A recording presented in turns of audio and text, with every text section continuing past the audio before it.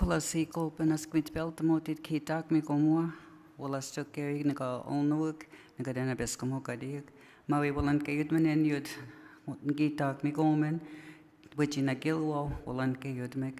We welcome you to our unceded, unsurrendered territory of the people of the beautiful and bountiful river, shared with our brothers and sisters from Olnuik, the Mi'kmaq nation and people, and also for the Passamaquoddies.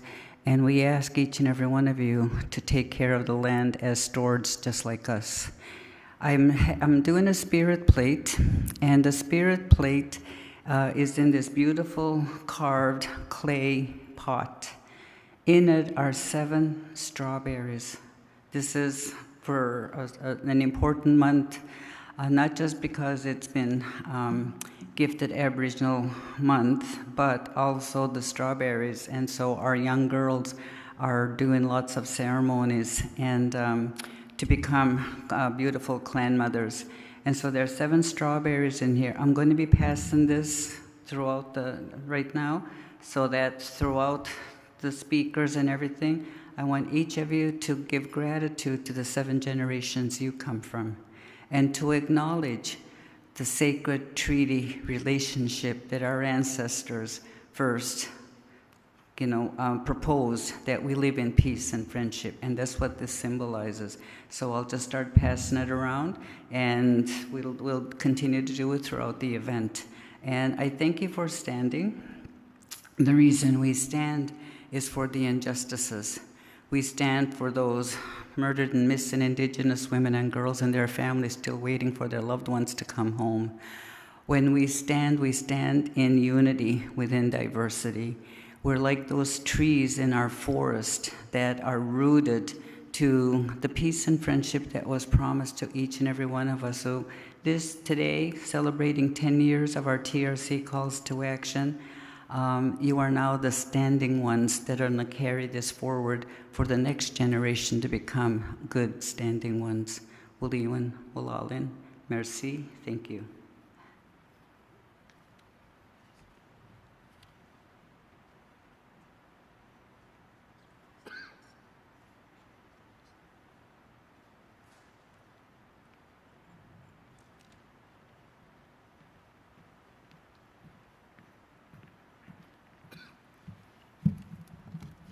Thank you, Elder Imelda. Good morning, everybody, and welcome to all of you. Our honored guests, those who are here in Fredericton, and those joining us via live stream from St. John and afar. My name's Kathy Wilson. I'm the Vice Provost Learning and Student Experience at UNB. I'm honored to be one of your MCs today, along with my colleague, Todd Ross, who's the interim Bilowida Houseowin and Associate Vice President, Indigenous Engagement. I want to begin by respectfully acknowledging that UNB stands on unsurrendered and unceded traditional Wolastoqey lands. The lands of the Wabanaki people are recognized in a series of peace and friendship treaties to establish an ongoing relationship of peace, friendship, and mutual respect between equal nations. The river that runs through our province is called Wolastoq, along which live Wolastoqey, the people of the beautiful and bountiful river. And it is in the spirit of peace and mutual respect that we gather here today. I want to extend a special welcome to our esteemed elders who are joining us and who have guided us on our journey toward reconciliation. We're also very appreciative to have the drummers from Healing House join us here today. Thanks to all of you for being here in this nice day in June, which is also Indigenous History Month. 10 years ago, the Truth and Reconciliation Commission of Canada released its 94 calls to action. These calls challenged every sector of Canadian society, including universities, to confront the legacy of residential schools and to commit to meaningful change. At the University of New Brunswick, this moment marked the beginning of a deeper journey, one rooted in listening, learning, and acting in partnership with Indigenous communities. It guided UNB's Truth and Reconciliation Strategic Action Plan, described as a sacred bundle, a path with responsibilities, obligations, and guidance for action. And over the past decade, we've witnessed the growth of Indigenous leadership at UNB, the integration of Indigenous knowledge systems into our academic life at UNB, and the strengthening of relationships between Indigenous and non-Indigenous people. Today, we gather to honor the elders, students, faculty, and community members who have guided us in this important work. But as we reflect on the progress that we've made, we must also acknowledge the challenges that remain, and we must recommit ourselves to the responsibilities we carry as treaty people and as members of this academic community. I would like now to invite my co-MC, Interim Bilowida Hausawan Todd Ross, to make some remarks. And I'm sorry that I didn't invite you to sit.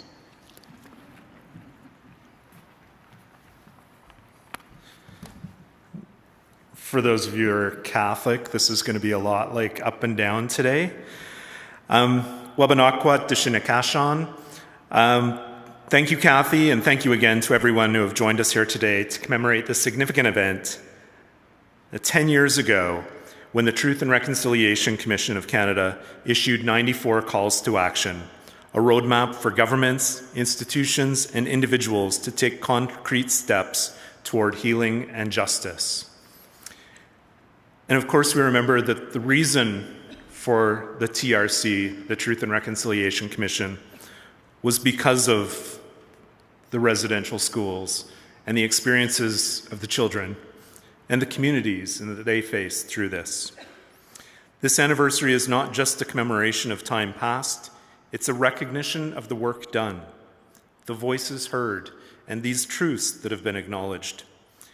It's a reminder of our responsibility to continue to foster a society that respects and honors First Nations, Inuit, and Métis peoples and histories, and to reaffirm a collective commitment to the path of reconciliation. We're grateful to Elder Ablasimwis for gifting us with an action-oriented word, Bilowida Hausawazuwagan. It's a Wolastoqey word meaning allowing your thinking to change so that action will follow in a good way toward truth.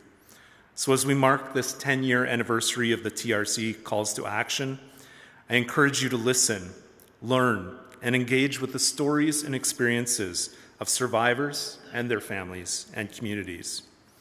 I encourage each of you to engage in meaningful discussion and consider how we can work towards a future where First Nation, Inuit, and Métis people are prioritized and the principles of truth and reconciliation are woven into the fabric of our institution. At this time, I would like to invite Mi'kmaq to lead us in an opening prayer, and I ask you to stand.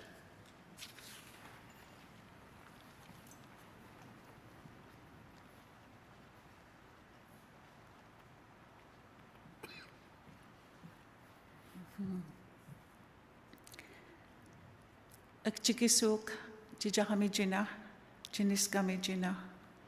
Mi weram dandeligan muyak, Apkiskuk, Mimajuahan. Mi weram dandeligan muyak, dan Mulkikanodi, Nestuadi, Akchikisuk, Chijahamijina. Kiskuk edawahtamai, Migudermananda, would you sit Hamudikup? Ach, Debiganaden, Unaharden, Gungigaminahigel, Ukluguahan Mual, Deliahawel.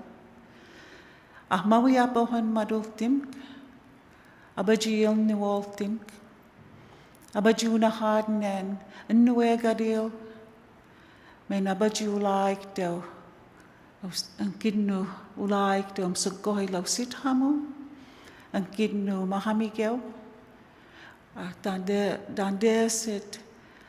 Go a Wogama, Sisipk, Nimej, Wiesask, Stohonk, Abachtuk, Ukdanuk, at Gaboho.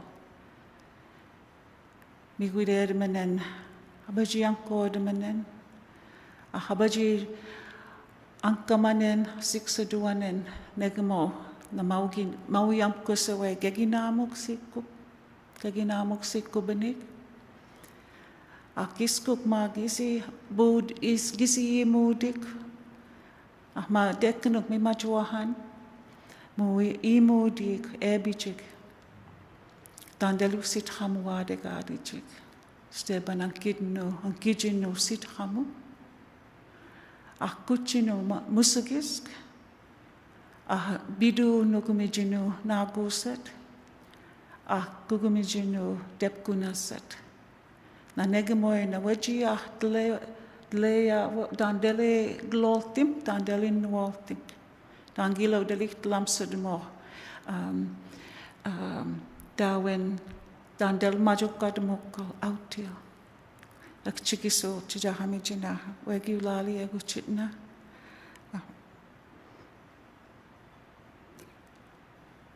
Wegulali eguchitna. Very briefly, I will attempt to translate what I shared in my mother tongue of gratitude and thanksgiving, calling upon, as always, in our ancestral way, to bring forth all our ancestors together, to remember why we've returned in this realm, and to uphold the legacies of our ancestral systems, that we are all human beings who have sacred responsibilities, and we've made sacred contracts with each other, to remember our wisdom, our knowledge, our love for each other, and together the life forces in all of us that sustains us are our original teachers. And they are, in our cultural worldview, they are what we call, or now known as, our clans, our totems, dodem, meaning that they are the original teachers of our ancestors, all of humanity, and that we are all on our sacred Mother Earth, on the back of the great life force.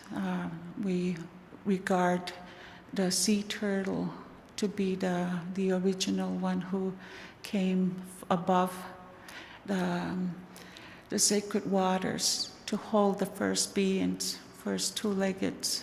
And so this is why we understand our homelands as Mikchikchuokum, Mikchikchuegadi, Turtle Island. So in that way, we are not different at all, that we are, according to our language, which is the blueprint, that we are living on the back of our great mother, the great sea turtle mother, and that she is held by Usithamu, Earth Mother, and guided by our great grandmother, Sun, the heart of life, and consciously guided by our grandmother, Moon. And it's protected by the guardian, our grandfather or our father, Sky. And that's what our languages across our homeland, Algonquin, is what we're being guided as we rematriate our language. In other words, decolonizing our language. So much to celebrate. And that our languages, ancient languages, our heritage, our roots, where we come from, is we're all woven together inside the Great Mother. So we're not separate at all. We have a great celebration with the truth of who we are, and to how we can begin to reconcile, guided by our heart by our will. The great mother, creator, thank you for the gift of life. Wow.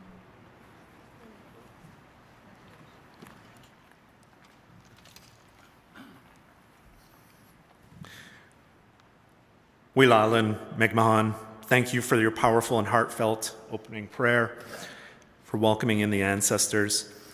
In a few moments, Elder Ablosomwis, Imelda Purley, will guide us through a sacred pipe ceremony, while Elder Andrea commences the water ceremony.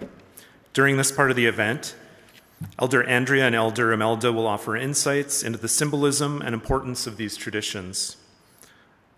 I will ask you to stand and remain standing afterwards as we play the Woolstook Honor Song.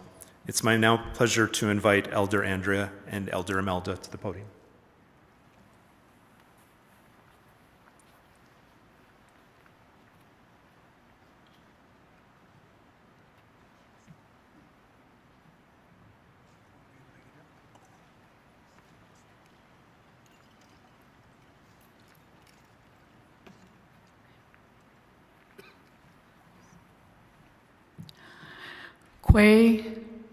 Kwe, let our shine acknowledge your shine.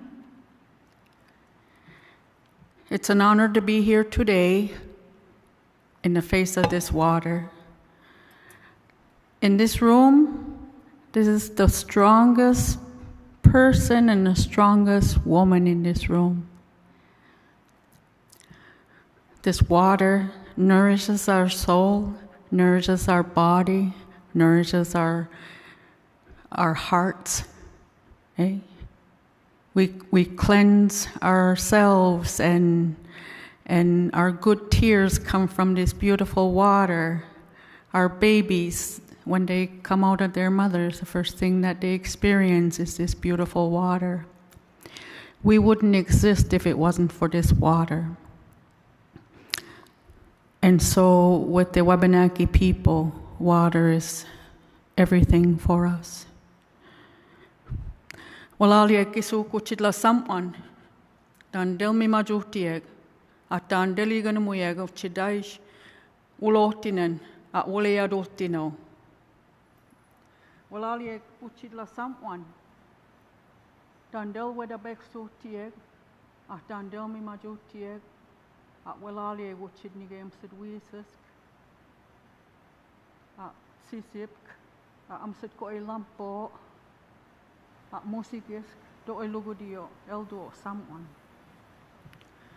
Walalia kisuk, mesta gisidegad uchidla samwan. Danjua gaaya nagweg, gasigwai dwen, wasam ajwen, ajimpajwen. Agistelwek, kelo kistel lugodi kisko ga maliaptemok samwan.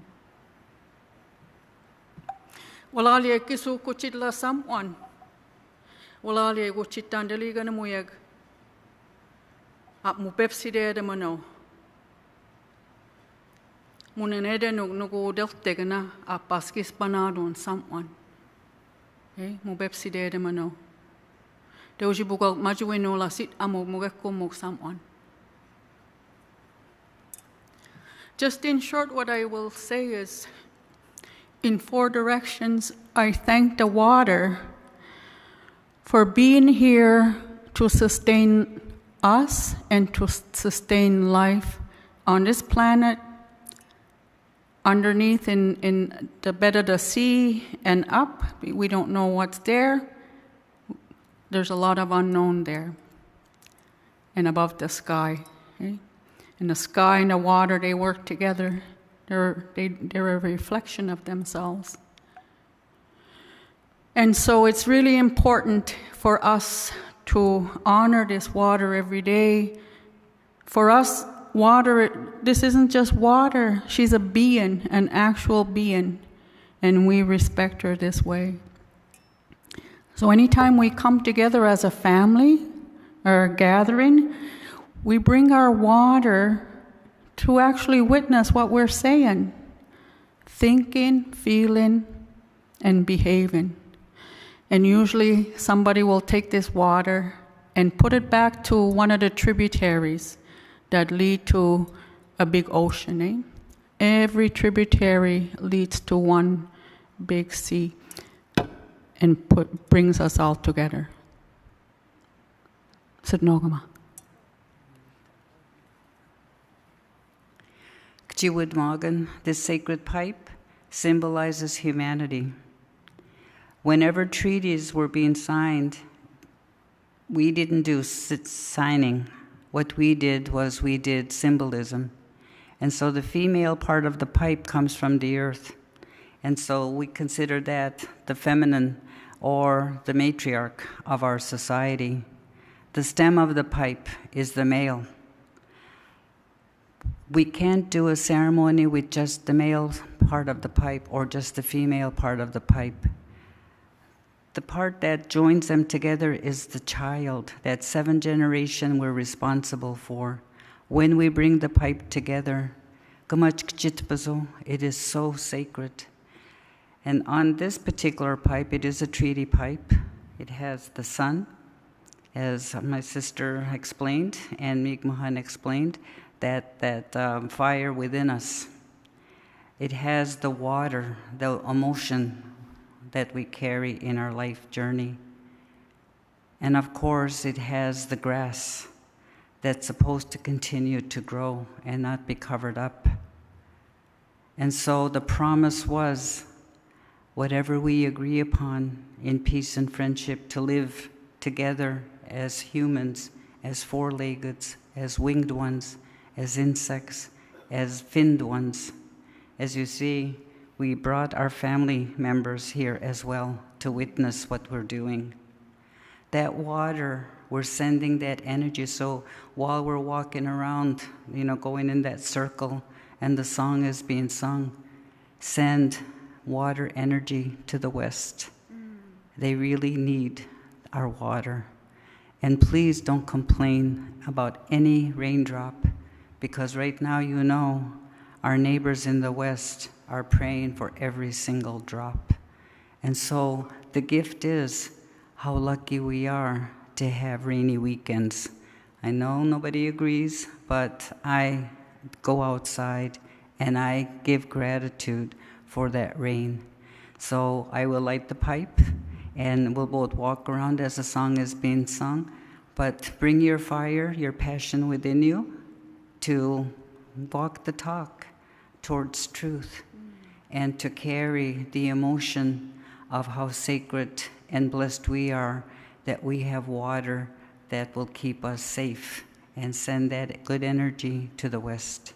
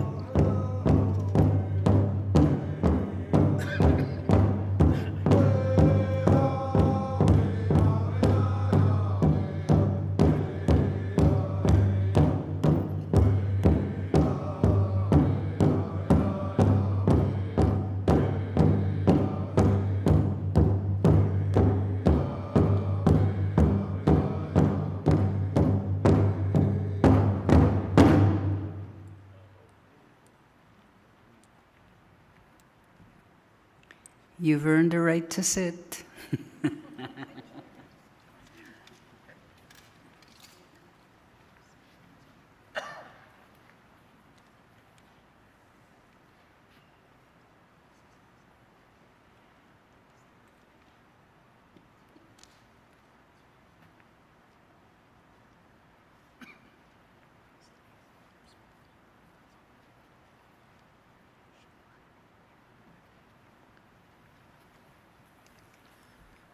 Now I ask you to stand again as we play the honor song video.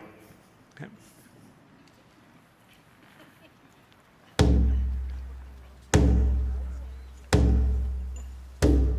Well, I spoke the Malaguay, Haji de Pamlico. Well, I stuck on Malaguay, Supe Camia. Ni quas pamepin, quasi zichnil ascamil. Ni quas pamepin, quasi zichnil ascamil.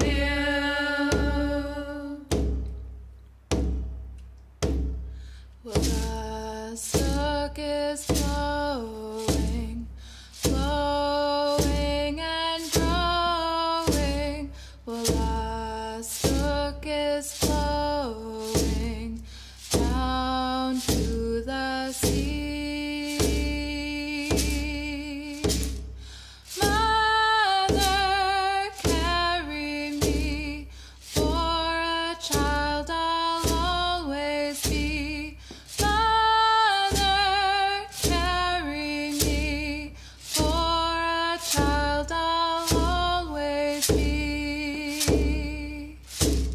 Well, I stuck say day bells, say day bells, say day pon. Well, I stuck say day bells, down l'océan. Meltel, portez-moi, un enfant je resterai. Meltel, portez-moi, un enfant je resterai. Well, I took the Malaguay, Haji de Pamlico. Well, I stuck on Malaguay, Dupe Camia. Ni quas pamepin, quasi zichnil ascamil. Ni quas pamepin, quasi zichnil ascamil.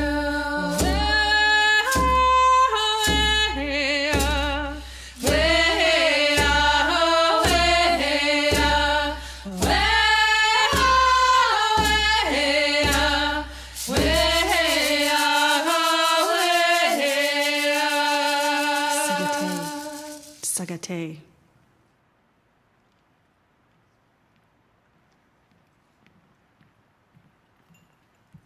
Please be seated.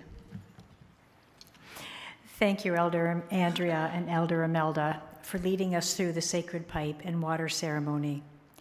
Thank you to Angie Aquin, Judy Aquin Makovsky, Sarah Francis, Ramona Nicholas, Natalie Sapier, and Amanda Myron, the singers of the Woolastook Honor Song.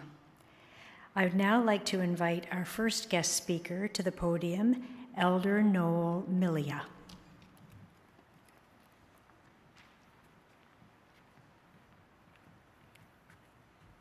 Good morning or good afternoon.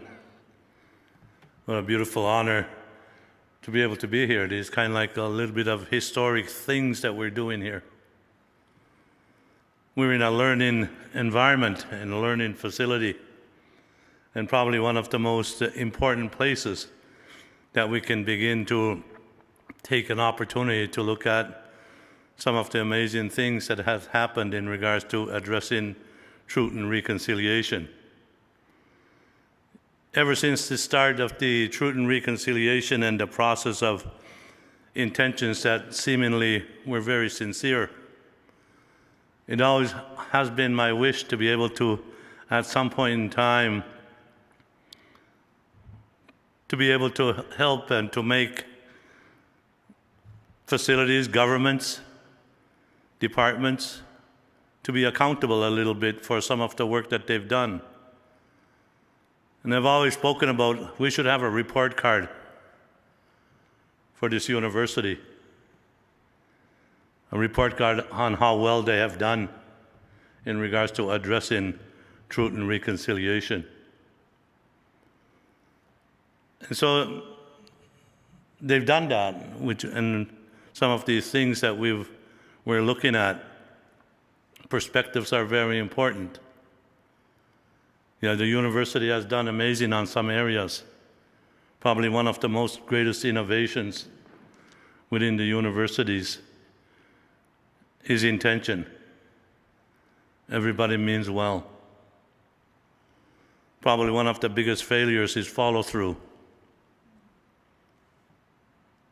We go about 3/4 of the way through, and then we start to feel a sense of loss of control. And you guys all know in mainstream society, one of the most important things is what? Control. This is the area that we still need to work on. And we can only move through this process in a very meaningful way by developing deeper understandings and deeper relationships. My sister walked, did a pipe ceremony. 3/4 of the people here did not understand the significance of that pipe and what it means to us.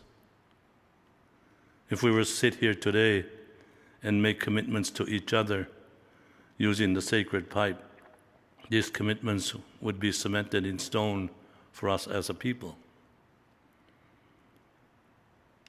For my brothers and sisters in mainstream society, it would be an honorable gesture. That's what that would mean. See the difference? And we walked away with that. So we don't have a common understanding of what is sacredness. And so when we take the time and to think a little bit about how amazing and how beautiful it is for us to be able to walk in this world and for us to be able to embrace some of the probably the greatest gifts that's been given to us.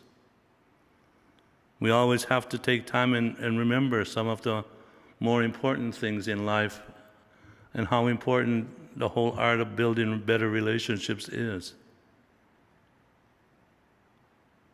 I do a lot of cross-cultural training and helping people understand who we are as a people. And it's been through this knowledge that I still, a lot of the times, confront and is always met with fear. Why is it that mainstream population has such a deep fear of Indians? What the heck is that? If you ask somebody when was the last time you visited an Indian reservation, they would probably say never. Holy jeez.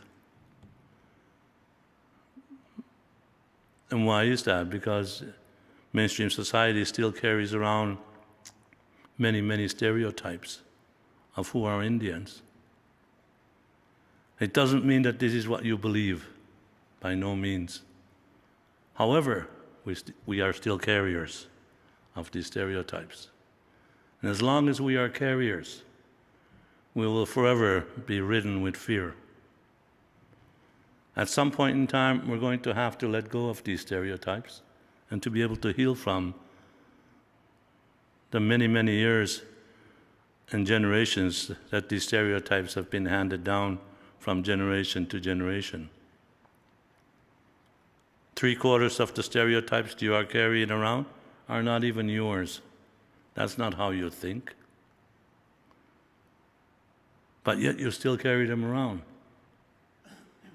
And unfortunately, what happens when we carry something around is just like how my people carry around trauma, systemic trauma.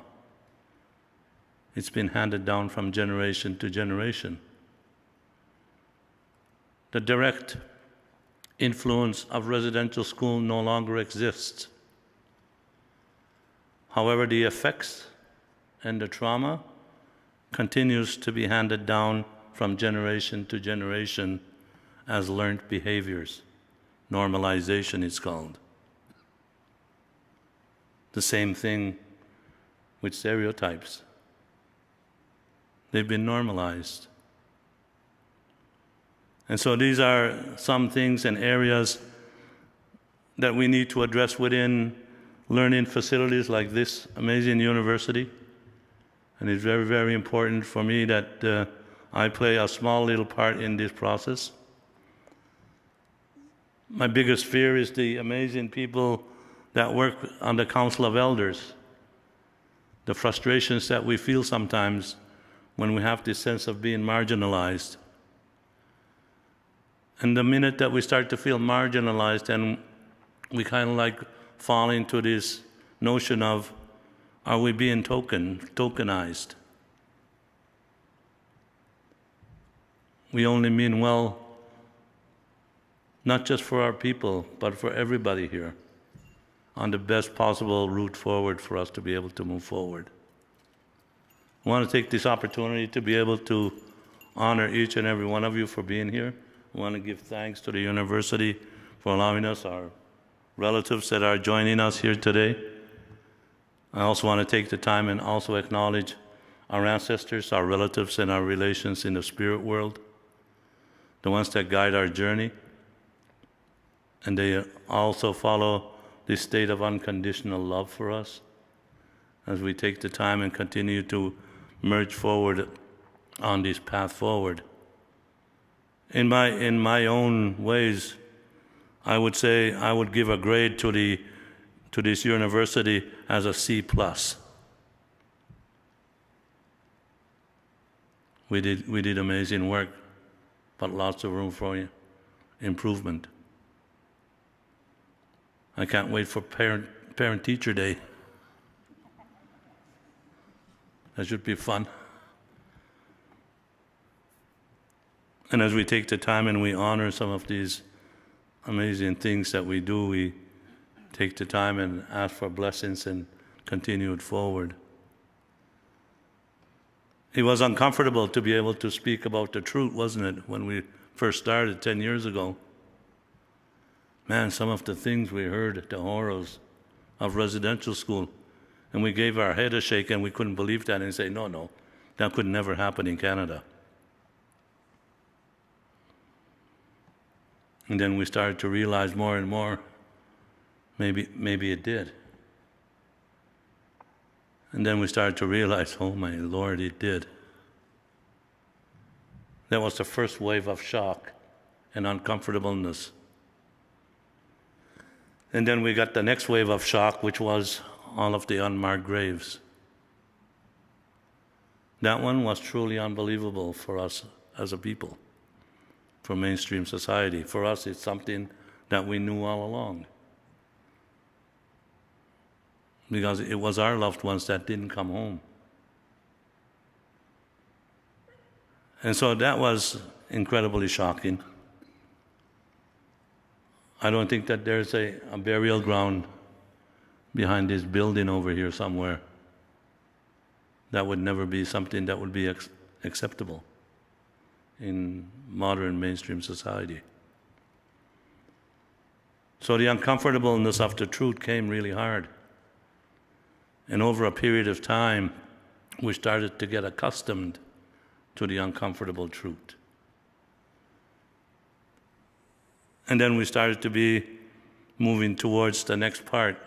Reconciliation for me is still a little ways away, but I kind of figured that today we're at a stage that I call mindfulness. There is a beautiful sense of mindfulness that happens in regards to when we do things of, maybe we should include this, maybe we should do this, more inclusion. Without truth and reconciliation, I wouldn't be standing here today. Because of mindfulness, I am standing here today. As we move forward, 10 years down the line, maybe we will be leading this. Would that mean that we have reached reconciliation? When we're truly embedded within all aspects of this university, is when reconciliation will truly happen. Thank you very much.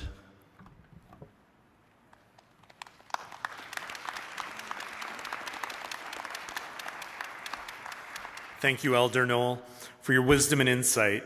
I'd now like to call upon Dr. Paul Mazerol, President and Vice Chancellor of UNB, to share a few words on the university's path to reconciliation. Thanks, Todd. Thank you, Todd, and good morning, everybody. Thank you for joining us for this important event.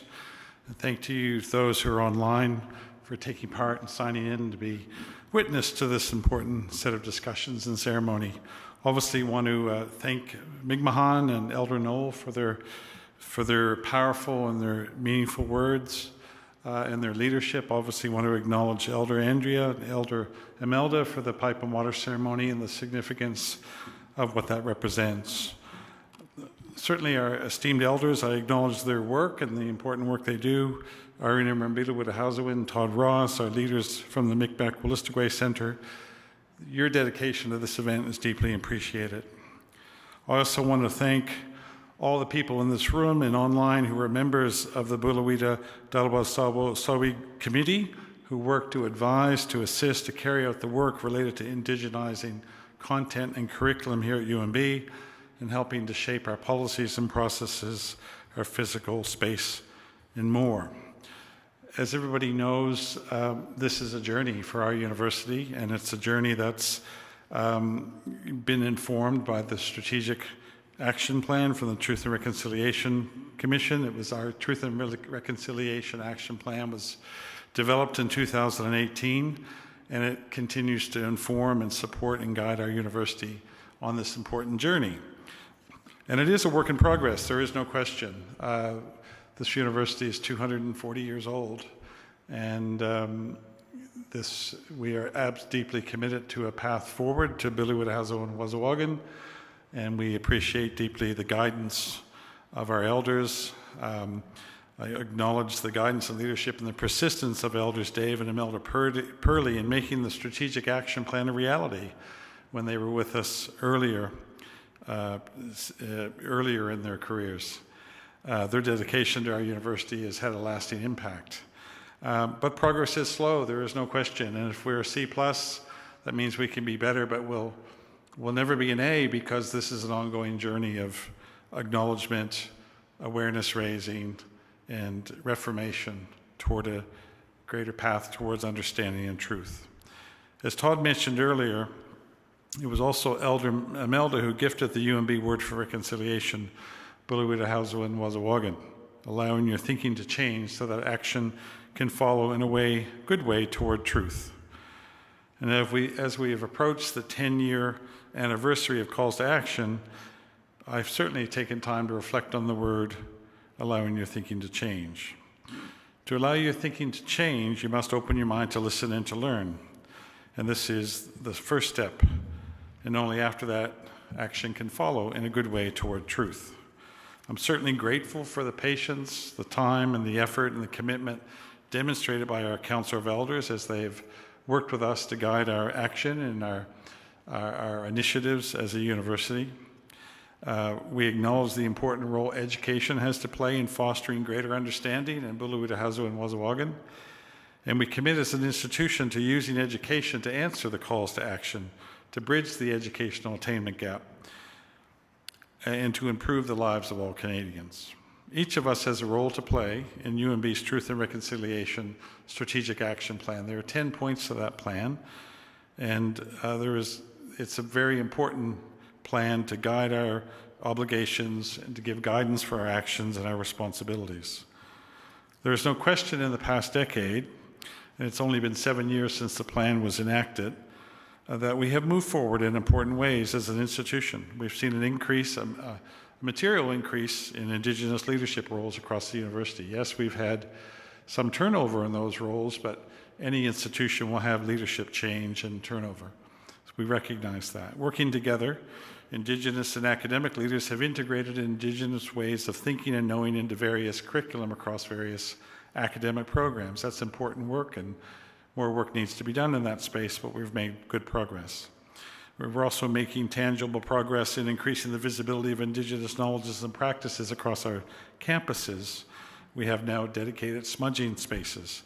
We will soon have Wabanaki healing gardens on our campuses, and we are honored to fly the flags of the Wabanaki Confederacy and the Willistic Nation on our campus.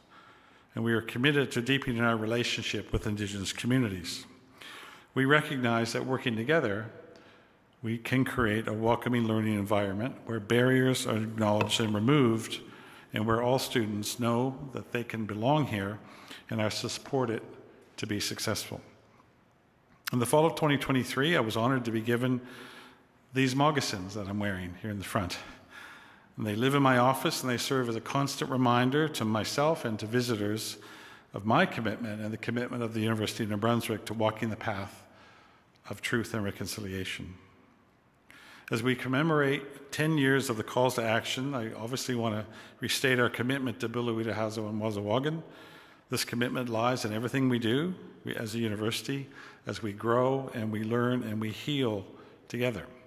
And this is a path we need to walk together, as we are all treaty people. In closing, I want to again acknowledge the Indigenous leaders whose work has guided and led us on our journey toward truth and reconciliation. Our Council of Elders have an instrumentally important part of guiding our university, and I thank them deeply.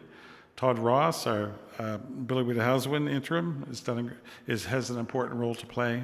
Our leaders from the Mi'kmaq-Wetaskiwin Center and Indigenous leaders in our community generously give their time and knowledge to assist our university as we work to move forward. Your support is what has allowed our university community to make progress, and I acknowledge there is more work to do, and this work is ongoing, and we're indebted for all of these individuals sharing their experiences and their knowledges with our institution. Over the past 10 years, we have moved forward, but I acknowledge that work is not done, the work is ongoing, and progress is 2 steps forward and a half step backwards. But importantly, we're committed to this journey to move forward, and I'm honored to continue to walk this path together with all of you. Thank you very much.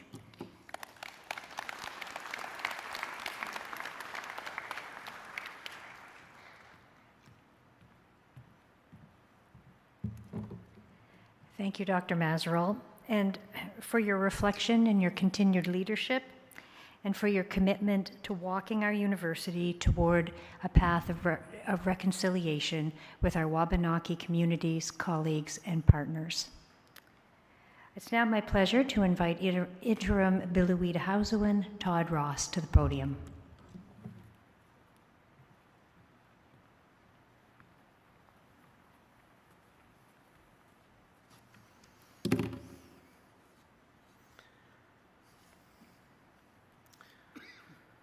So I had introduced myself earlier, but I'm also a Michif person, which means Métis from the Red River.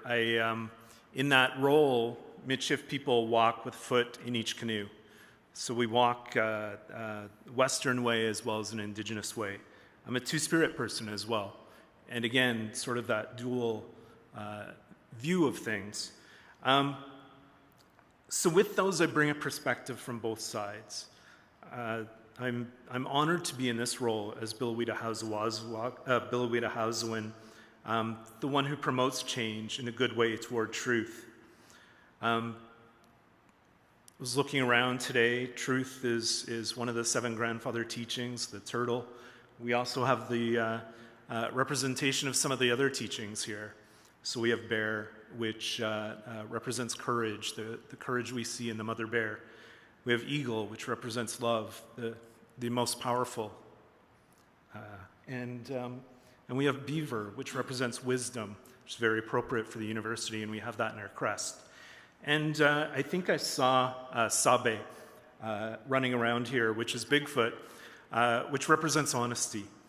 And so with some of those grandfather teachings, I want to talk a little bit of those teachings and what they represent for us as a university. The Elders Council has defined my role as one who's the messenger between those Wabanagi communities as well as the university, and so that's what I'm hoping to do. So I want to start out by borrowing the words of Dr. Maria Batiste from her book,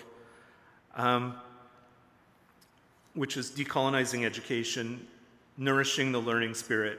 She begins in the introduction, I ask you to imagine for a moment the experience of Aboriginal peoples in Canada. Imagine that for hundreds of years, your people's most formative achievements and traumas, their daily suffering and pain, the abuse they live through, the terror they live with, are ignored and silenced. Their compelling voices and stories, largely cast in romance novels or on television and stereotypes for the public, are occasionally brought forward, used to sanction some programmatic innovation or to support some theory of opposition or resistance, and then repositioned in the margins of knowledge and curriculum. Consider that for more than a century, Indigenous students have been part of a forced, assimilated plan, their heritage and knowledge rejected and suppressed, and ignored by the education system. Imagine the consequence of a powerful ideology that positions one group as superior and gives away First Nations people's lands and resources, and invites church and other administrative agents to inhabit their homeland, while negating their very existence and finally removing them from Canadian landscape to lands no one wants. Imagine how uncertain a person whose success is only achieved by a complete makeover of themselves, by their need to learn English and the polished rules and habits that go with that identity. They are thrust into a society that does not want them to show too much success or too much Indian identity, losing their connections to their land, family, and community when they have to move away as there is no work in their homeland, assimilation. This is part of the University of New Brunswick's truth. The first teachings on this land were the teachings of the Wolastoqiyik, Wabanagi teachings. The first language spoken on this land was Wolastoqiyik Ledawakan. In 1785, when the colonial settlers petitioned for the creation of UNB, near the end of the signing of the Peace of Friendship treaties with Wabanagi peoples, UNB began as the first English-speaking institution in Canada. It rarely considered Wabanagi ways as equal for the first 200 years. In 1991, what was then known as the Micmac Maliseet Institute was established. It has since evolved, dropping the anglicized name, now called the Mi'kmaq Wolastoqiyik Center. It's also evolved from non-Indigenous leadership to strong Wabanagi leaders, today led by Natasha Simon. The work of the MWC has led UNB in our efforts towards reconciliation. They work in community with community, based in Indigenous worldviews and Wabanagi languages. Indigenous students being able to work from their communities, bringing the gifts of language and Indigenous worldviews into their communities. Relationship with community is important. Indigenous-led, with the Council of Elders providing guidance and knowledge. We're fortunate at UNB now to have that extended knowledge from the Council of Elders for all of the university. 3 things for UNB on reconciliation. As an undergrad student, it was often for me to get a C+, Elder Noel. So now that I'm doing some grad work, I'm happy that I'm getting A's. So maybe we can work to achieve that. And we've done some good work. Faculty, staff, and students are engaged in efforts to decolonize and indigenize. Reconciliation seeks to forge a renewed relationship between Indigenous and non-Indigenous peoples and community. We need more Indigenous voices in leadership positions, students, staff, and faculty at UNB. We need a better relationship with communities, and it requires work. And we need resources from UNB. This includes funds to ensure we are able to have the elders and knowledge keepers in classrooms, providing Indigenous ways of knowing to Indigenous and non-Indigenous students, faculty, and staff. We need commitment to keep going. We've not achieved reconciliation. but it doesn't come quickly. It doesn't come easily. And reconciliation is part of our sacred bundle. We continue to work towards achieving this and towards living up to the treaties to ensure that we are two people walking side by side, not interfering, but moving together. Oleman.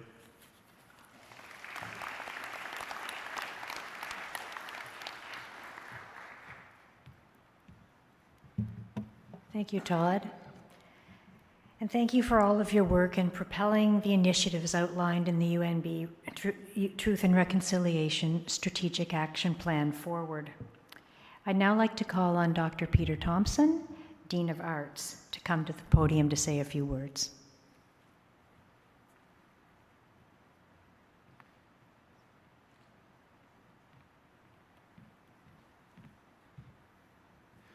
The 10th anniversary of the Truth and Reconciliation Commission is an opportunity for reflection, and the thing that stands out for me is the impact that the Commission and its findings had on the university classroom. In 2015, I was living in Ottawa, and I spent most of the year on sabbatical. When I returned in 2016, the classroom had fundamentally changed.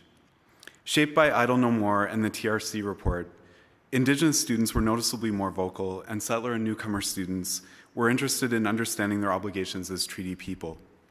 It was a challenging and exciting time to be teaching in a university, and we have seen how the TRC continues to reshape our campuses.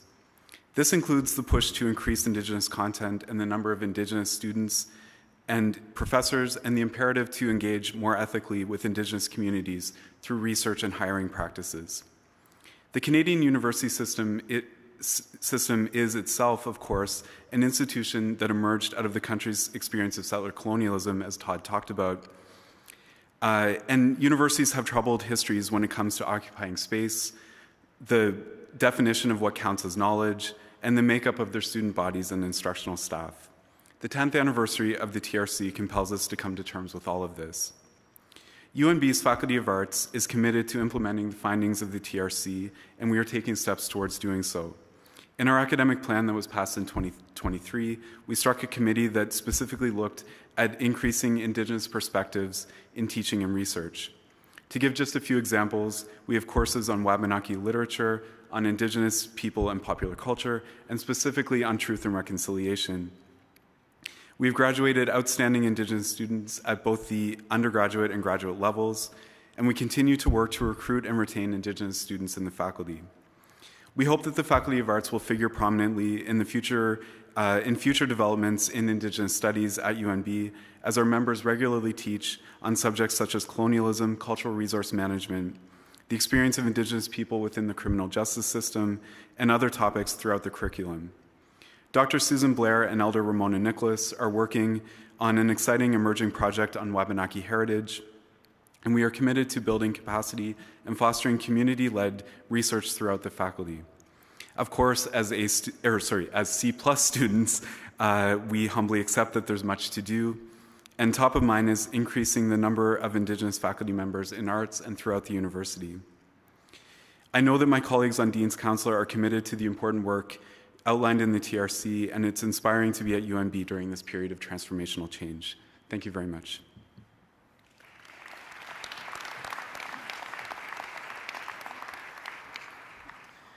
Thank you, Dean Thompson, for your inspiring words. I'd now like to call upon Andrea Belzowski and Nancy Harn from the Mi'kmaq-Wolastoqey Center to share reflections.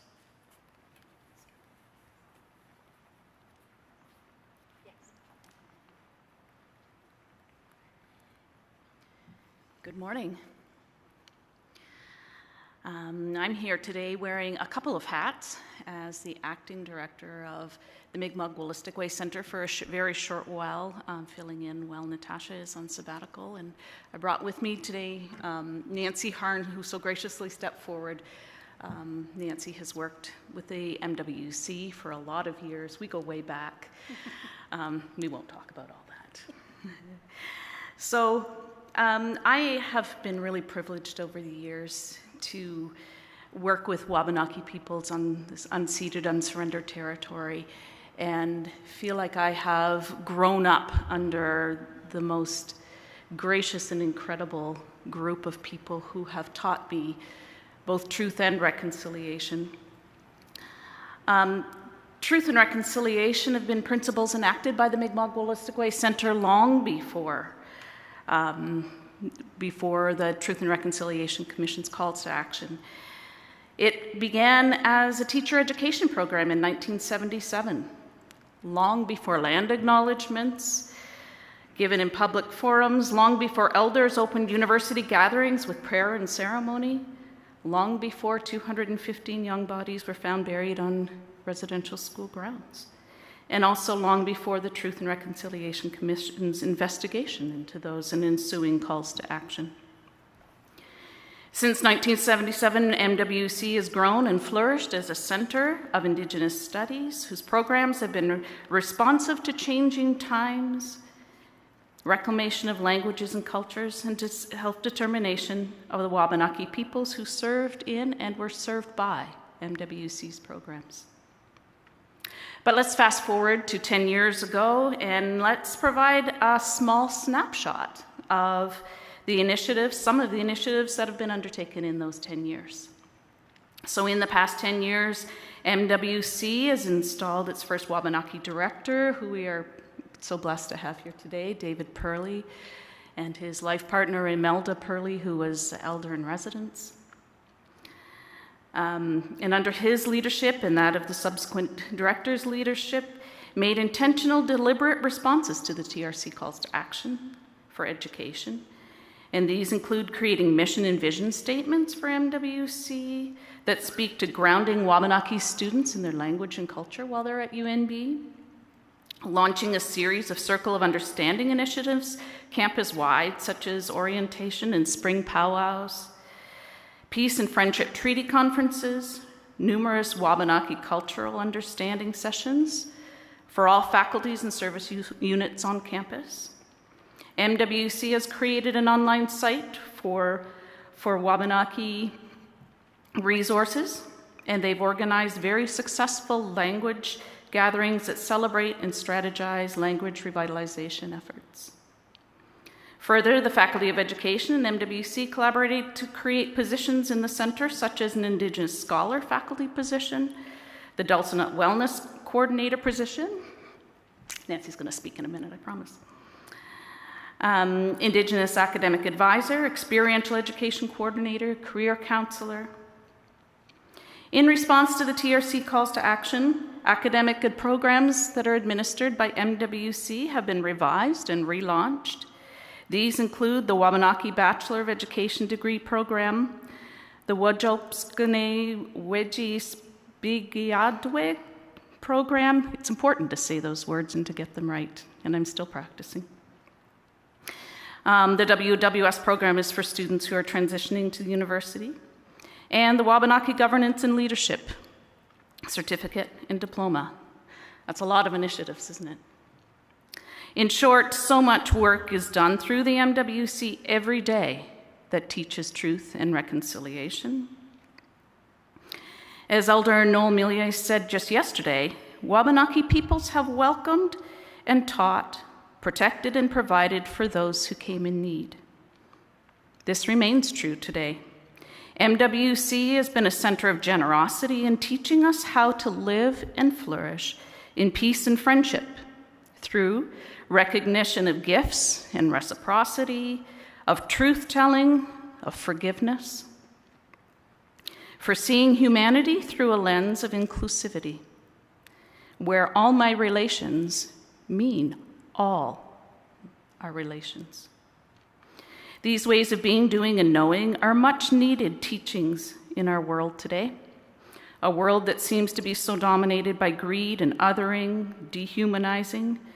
MWC has set the bar high for truth and reconciliation and is leading by example. And we, the university community and beyond, have much to be grateful for. So my colleague Nancy has a few words to say specifically about the Dulcinea Wellness Center that was created and has flourished in these past 10 years. Nancy. So again, my name is Nancy Harn. I'm originally from Ilrabar First Nation. I've been the coordinator of the Dulcinea Wellness Center, and since 2004, I've either been a student or staff member at UNB. So the words that I come with today, are the passion that I live with. The Dulcinea Wellness Center falls directly under the umbrella of the Mi'kmaq Wolastoq Way Center and was created in the fall of 2018 through my practicum placement. The whole vision for the center was built in collaboration with my counseling supervisor at the time, Jen Rowett. Dulcinea comes from the Wolastoq language and was given to the center by elder and knowledge keeper, Dr. Imelda Purley, and it roughly translates to one's personal path towards strength and wellness. The vision has always been to provide culturally informed counseling services that were grounded in First Nations culture that is accessible to Indigenous students. The center incorporates cultural initiatives that brings a sense of community and belonging to Indigenous students and aims to strengthen a student's individual sense of their own Indigenous identity, all of which builds on retention. But I am only one individual that's working at the Dulcinea Wellness Center, and it needs to grow with the Indigenous student population at UNB as it grows. My position was initially supported through external funding. In the last couple of years, my position has been funded by UNB, but burnout is real. I think it's important to note that MWC has an amazing team of people who care about and have been there for Indigenous students over and over again. But just as the Dulcinea Wellness Center needs resources and supports to grow and meet the demands of the Indigenous population at UNB, so does the MWC. It is my hope that as we celebrate the work that's been done over the last 10 years, that we can also keep a focus on what is needed to move forward. As Andrea had said, there's a lot of amazing initiatives going on at the MWC, and there's only a small group of staff that are doing it. And I really hope that in looking and moving forward, that this remains a goal of UNB. Thank you.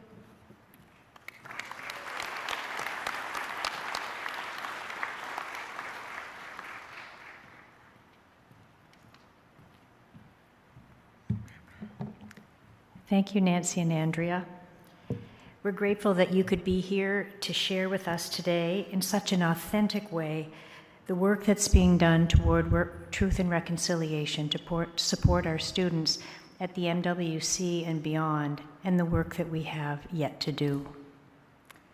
It's now my pleasure to invite Gabrielle Nash Landry, a recent graduate of UNB's psychology program, to say a few words.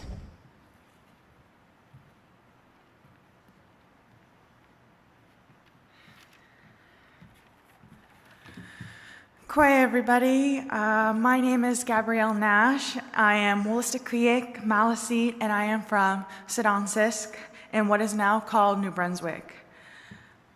My journey with truth and reconciliation began while I was still an undergraduate student at the University of New Brunswick. I was an aspiring psychology major, and I wanted to gain important research experience because I personally knew that the graduate school application process was quite competitive. It wasn't until I met the people who work at the Mi'kmaq Wolastoq Center where I began to realize my full potential. They work their hardest to help their Indigenous students, whether it is assisting with academics, finances, food, mental health, or even work. Their amazing supportive team allowed me to reach and further attain my biggest dream of becoming a researcher. In 2024, at the end of my third year, I realized summer was fast approaching and I needed to gain research experience as soon as possible. I mentioned this to one of my Indigenous counselors, and they recommended that I can work as a research assistant at one of the psych labs at UNB.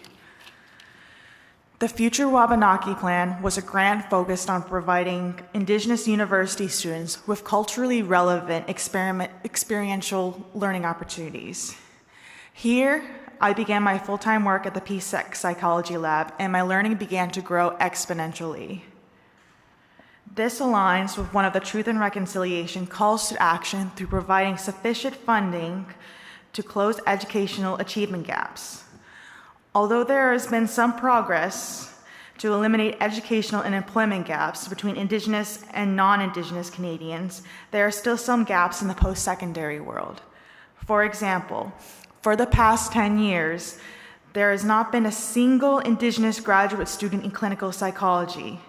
This needs to align with increasing educational attainment levels for Indigenous students, which is part of the TRC calls to action. This may be one of the needed changes that I have not yet seen yet I still have hope for the future of Indigenous students. We need Indigenous students to help provide a voice to the marginalized.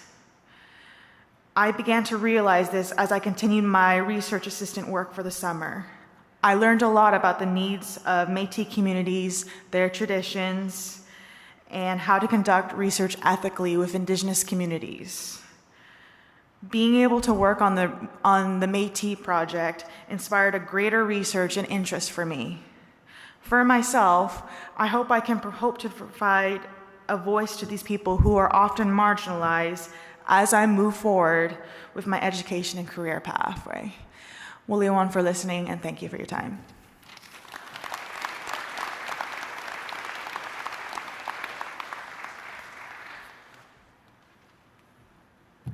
Thank you, Gabrielle, for your heartfelt words. We're now going to have the Mi'kmaq Honor Song that was gifted by Elder George Paul, and I ask that you stand as the Healing Lodge drummers lead us with the Mi'kmaq Honor Song.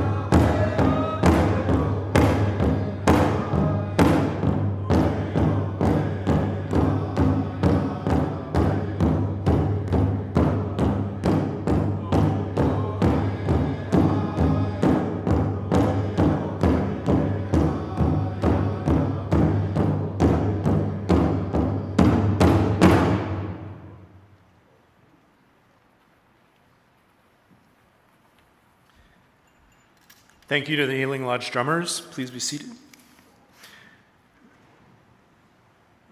There's somebody I'd like to now call up to do the closing remarks. Elder David Purley, who has had many roles of leadership at UNB over the years, including as the director of the Mi'kmaq Wetaskiwin Center and currently as one of the elders at the Elders Council. We're indebted to all of the work he has done, and it's my pleasure to invite Elder David Purley now for closing remarks.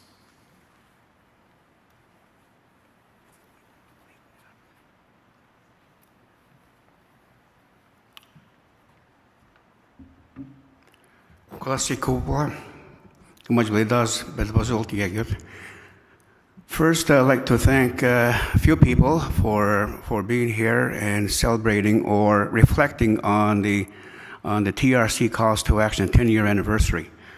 First, I want to thank, of course, Abby for dancing us into the reconciliation room, we call it for today. And I also want to thank our drummers for sharing the songs that we've had in the past few minutes.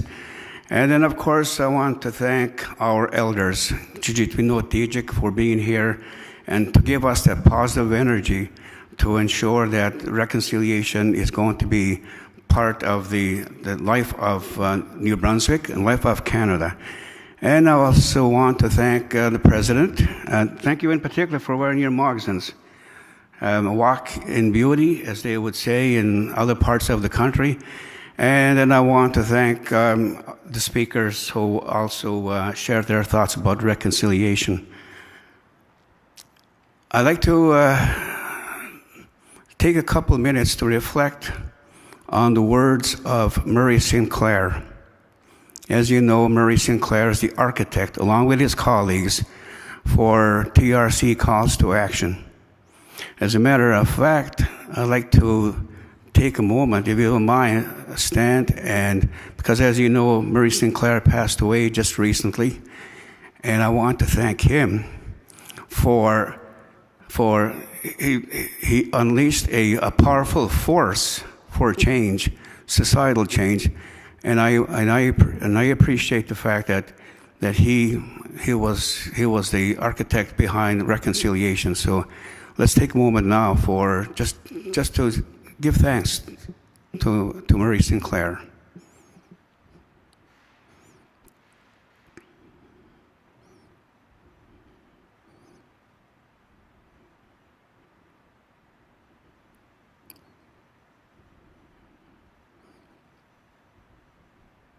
Well, Ewan, you can have a seat now.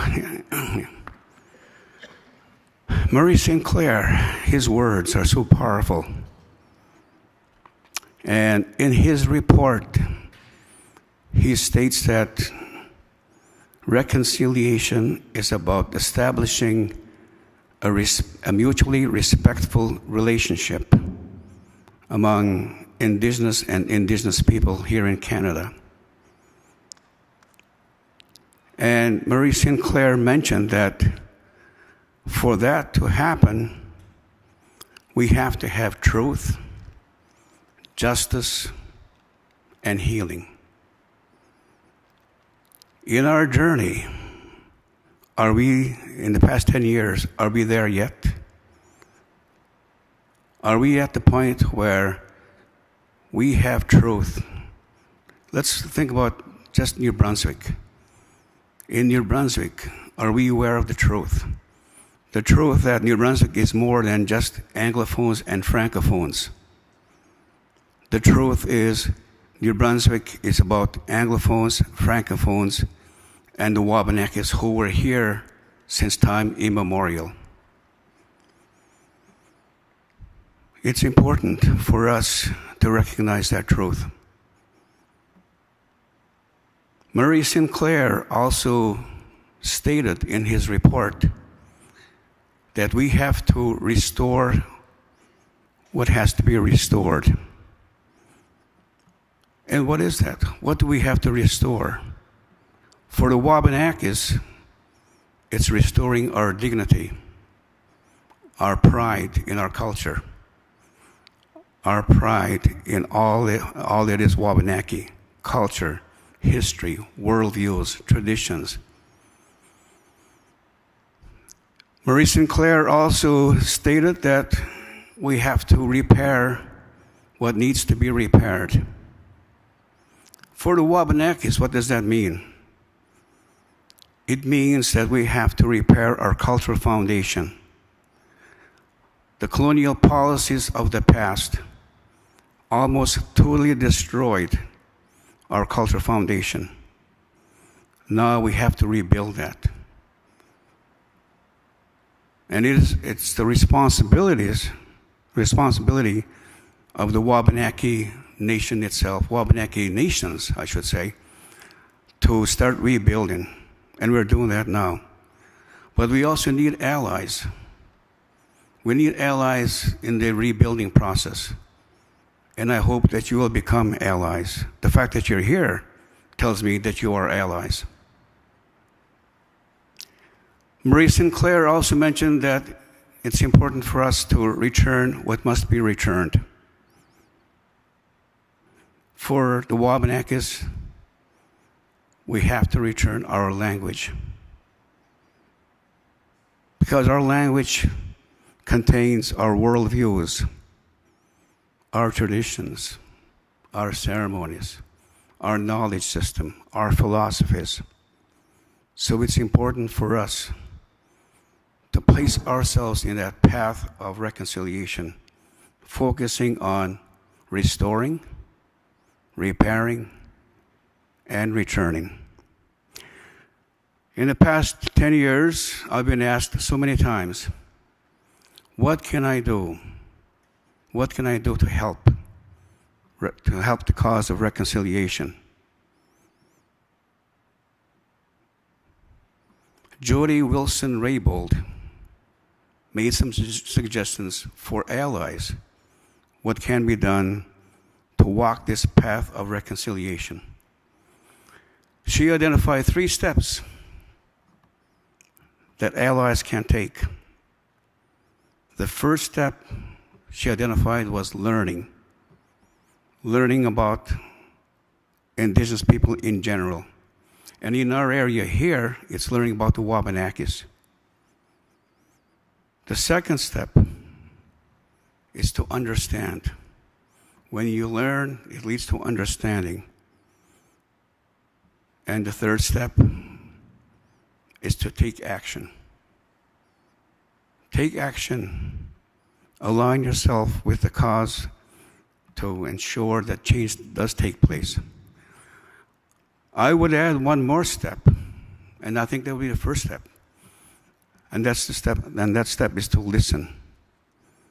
Listen to Wabanaki stories about our experiences in the education system, the public school system. Listen to our stories about our experiences in the health system.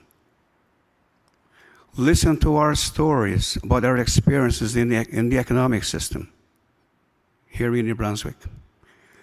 Listen to our stories about our experiences in the political system of New Brunswick.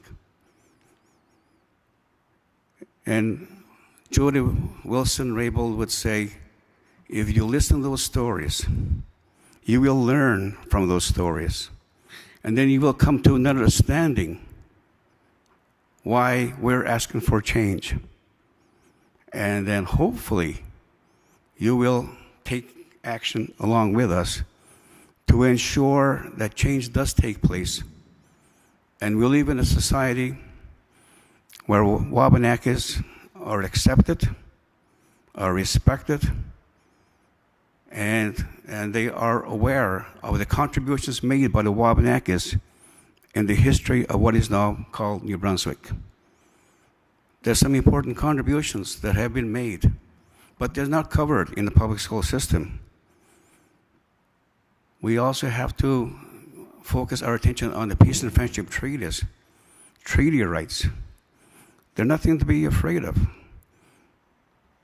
Treaty rights are rights that were guaranteed to us because of the peace and friendship treaties that were signed by my ancestors and your ancestors.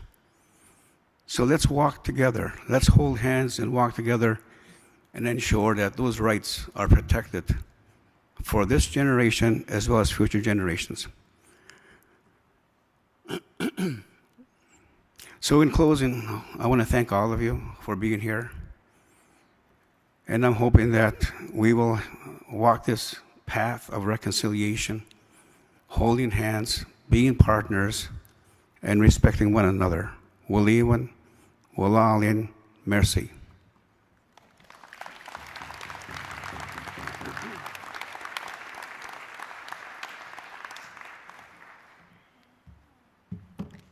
Thank you, Elder David, for joining us here today and for your commitment to sharing your knowledge, and for your steady and enduring leadership with our students and with our university community over many years and many moments in time. We know it hasn't always been easy. We haven't always been easy, but we're very grateful. I also want to express my deepest gratitude to all of the speakers today, the elders, performers, and guests, for sharing your knowledge and your experiences with us. For those of you who are here in person, please stay and join us for a reception. And as we end this ceremony, let us carry forward the lessons and reflections from today and recommit ourselves to an ongoing journey of reconciliation. Waliwan, Walaliak, thank you for being here. Please stand and remain standing while the elders leave.